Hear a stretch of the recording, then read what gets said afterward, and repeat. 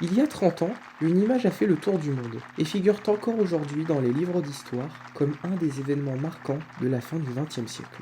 Dans les jardins de la Maison Blanche, à Washington, le 13 septembre 1993, Bill Clinton, alors président des États-Unis d'Amérique, encercle de ses deux bras deux leaders politiques avec un large sourire. À sa gauche, Yitzhak Rabin, le premier ministre israélien de l'époque, et à sa droite, son homologue palestinien, Yasser Arafat, le chef de l'Organisation de libération de la Palestine, autrement dit l'OLP, fondée en 1964. Au total, plus de 3000 convives sont présents avec les médias du monde entier pour assister à une poignée de main historique entre les deux hommes, encore ennemis il y a peu. Leur geste, porteur d'espoir pour le Moyen-Orient, vient sceller une entente presque inattendue, fruit de mois d'intenses négociations. Nous allons voir comment et pourquoi ont eu lieu les accords d'Oslo.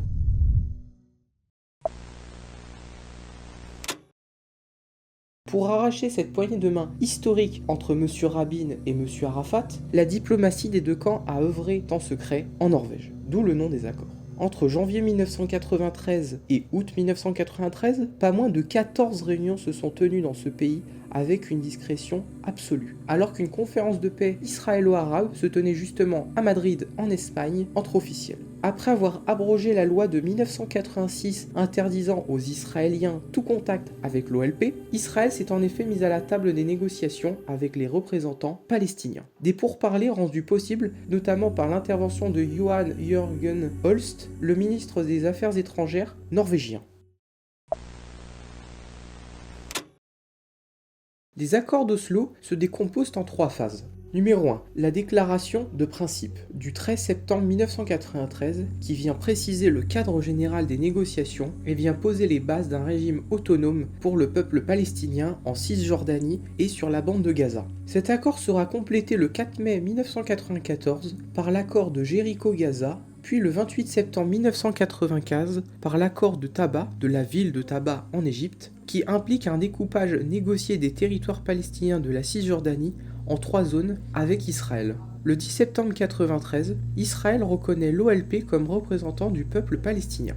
6 ans après la première intifada de 1987, intifada qui signifie guerre des pierres, entre les Palestiniens des territoires occupés et Israéliens. Les accords d'Oslo sont donc signés le 13 septembre 1993 à Washington aux États-Unis. Il s'agit donc d'une déclaration de principe sur des arguments au sujet de l'autonomie. Le gouvernement de l'État d'Israël et l'équipe de l'OLP sont d'accord qu'il est notamment temps de mettre fin à des décennies de confrontation et de conflits, de reconnaître leurs droits légitimes et politiques mutuels, de s'efforcer de vivre dans la coexistence pacifique et d'aboutir à un accord de paix juste, global et durable. Ces accords avaient pour but d'encadrer 2 régions pratiquant l'autogouvernement, la bande de Gaza et la ville de Jéricho. Cette situation devait être temporaire et ne durer que 5 ans.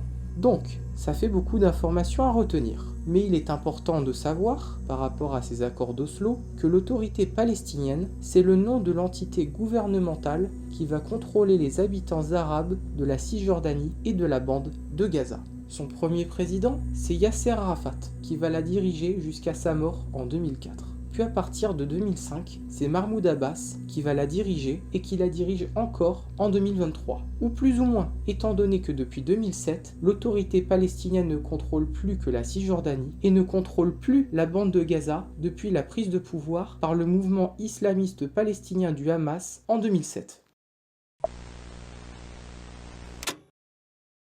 Les accords d'Oslo marquent 45 ans de conflit entre Israéliens et Palestiniens. Mais la trêve est de courte durée. Très vite, des déclarations venant des deux côtés viennent freiner l'espoir d'une paix durable. Pire, des attentats menés par des extrémistes venant des deux côtés viennent rétablir la terreur au sein des deux camps. Le 25 février 1994 a lieu le massacre du caveau des patriarches à Hébron en Israël. Un juif ultra-conservateur tue 29 Palestiniens musulmans en prière et vient en blesser 125 autres. Le mouvement islamiste palestinien du Hamas, fondé en 1987, ne se fait pas attendre.